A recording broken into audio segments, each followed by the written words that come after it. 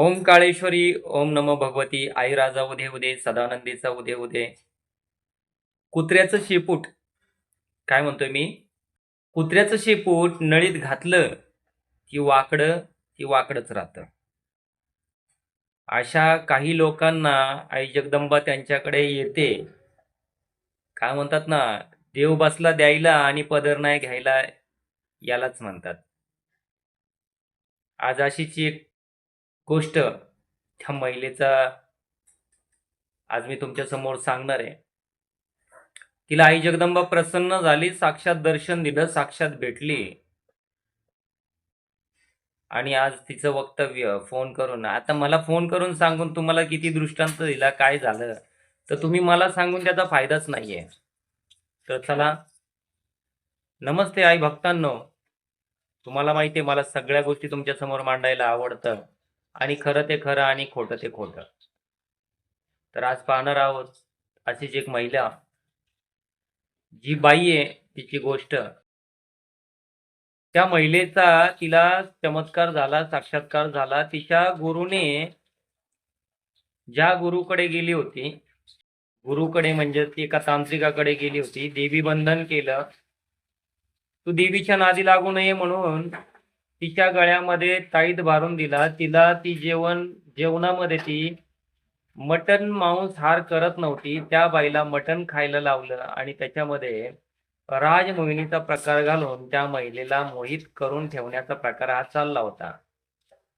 आणि उद्या हाच माणूस, मी तुम्हाला सांगतो की उद्या हा जाऊन माणूस खरात बाबा होईना सुद्धा कमी होणार नाहीये. म्हणून माझी आई बहिणींना एक विनंती आहे की अशा लोकांच्या नादी लागू नका. थोडा संयम बाळगा, लोकांना ओळखायला शिका, आणि त्याच्यानंतर जे देवदेवऋषी आहे, देवधर्म आहे, ते सत्याच्या मार्गाने शोधण्याचा प्रयत्न करा. आणि या माणसाने सगळं बंद केलं असताना सगळ्या गोष्टी आई जगदंबा तिच्याकडे येऊ देत नव्हते, तरी ते बंधनं सगळे तोडून 1 रुपयाही न घेता तिला आई जगदंबेचा साक्षात्कार झाला. आई जगदंबेने, आई काळूबाईने, महापतिव्रता माऊली आदिमायाशक्ती महाकालीच्या स्वरूपाने तिला साक्षात दर्शन झालं. त्याच्यानंतर काही 5-6 दिवस उलटले असतील, आणि त्या 5-6 दिवस उलटल्यानंतर तिचा मला फोन आला की तिने काय सांगितलं की माझी मुलगी जी आहे त्या मुलीच्या अंगावरून ब्लडिंग चालू आहे आणि ती 5 महिन्याची गरोदर आहे. मी गेल्या महिन्यामध्ये पण तो व्हिडिओ केला होता, मला वाटतं गेल्या व्हिडिओमध्ये पण. आणि असं असताना त्या महिलेने सांगितल्यानंतर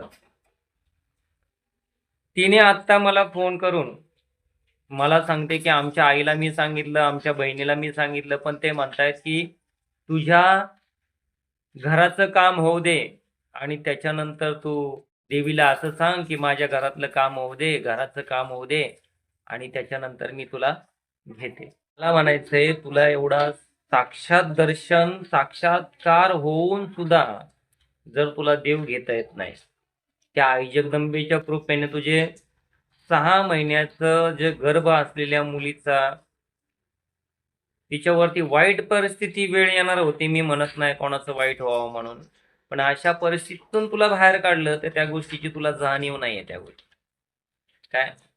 आणि तू त्याचा याचा त्याचा सल्ला घेते. अन्न खाताना माणूस याचा त्याचा सल्ला घेतो का की नाही मला आता जेवायचंय? बाथरूमला जाताना याचा त्याचा सल्ला घेतो का? नाही. हा, अरे साक्षात देवी तुमच्याकडे अवतरली, साक्षात देवी तुमच्याकडे येण्याचा विचार करते, आणि जर तुम्ही तिला घेऊ शकत नाही तर काहीच अर्थ नाही ना. अहो, ती गरिबाच्या घरात जसं आहे तसं यायला तयार आहे. पण तुम्ही जर तिच्याकडनं मोठ्या अपेक्षा ठेवत असतील की माझं हेच झालं पाहिजे, माझं तेच झालं पाहिजे, अजून काय गुण द्यायचा तिने तुम्हाला? अजून काय साक्षात्कार दाखवायचा? ज्या मुलीचा गर्भपात होणार होता, तिच्या ब्लडिंग चाललं होतं, आज तू फोन करून प्लीज तिला व्यवस्थित हे करा, व्यवस्थित झाली पाहिजे. हं, तू रडत होतीस त्या गोष्टीसाठी, आज तरी सुद्धा तुम्ही तो तिला म्हणताय की नाही आमची आई म्हणते, आमचे बहीण म्हणते की नाही घर झाल्यानंतर कर, आमचं झाल्यानंतर कर, फलानं झाल्यानंतर कर. अहो, तुमच्यासारख्या नीच नालायक माणसांकडे मी म्हणतो देवाने येऊ नये. आणि देवाने खरंच ना, तुम्ही सुद्धा त्या लायकीचे नाहीयेत की तुम्ही ती भक्ती करा म्हणून. करूच नका, तुम्ही त्या भक्तीच्या लायकीचे नाही. तुम्हाला जर देव तुम्हाला येऊन जर साक्षात्कार देऊन जर तुम्हाला त्या गोष्टी कळत नाहीये तर करू नका. आणि अशा लोकांनी आहे ना तात्पुरतं काय म्हणतात ना मजा घेण्यासाठी किंवा गुण घेण्यासाठी आहे ना मला तर कृपया फोन करू नका. ज्याला खरंच आतोनात भक्ती आहे, श्रद्धा आहे, ज्याला वाटतं की खरंच आई जगदंबा, आई काळेश्वरी, आई अंबाबाई, आई येडेश्वरी, आई महालक्ष्मी माझ्याकडे साक्षात राहावी, मला या जनकल्याण करावं, जगाचं कल्याण करावं आणि त्यासोबत माझं कल्याण व्हावं असं त्या प्रामाणिक माणसाचं जर मत असेल ना तर अशा माणसाने माझ्याकडे या, अशा माणसाने माझ्याकडे संपर्क साधा. परंतु जर देव तुमच्याकडे येत असेल ना आणि तुम्ही जर घेण्याच्या लायकीचे आणि पात्रतेचे नसाल ना तर कृपया मला संपर्क करू नका, कारण याच्यामध्ये काहीही अर्थ नाहीये. आणि चला देव तुम्हाला आणखीनही मी त्या आई जगदंबेकडे, आई अंबाबाईकडे, आई काळूबाईकडे अजूनही एकच मागणं मागेल की तुम्हाला सद्बुद्धी द्यावं. एक साधं उदाहरण पण त्याच्यामध्ये द्यायचंय मला तुम्हाला.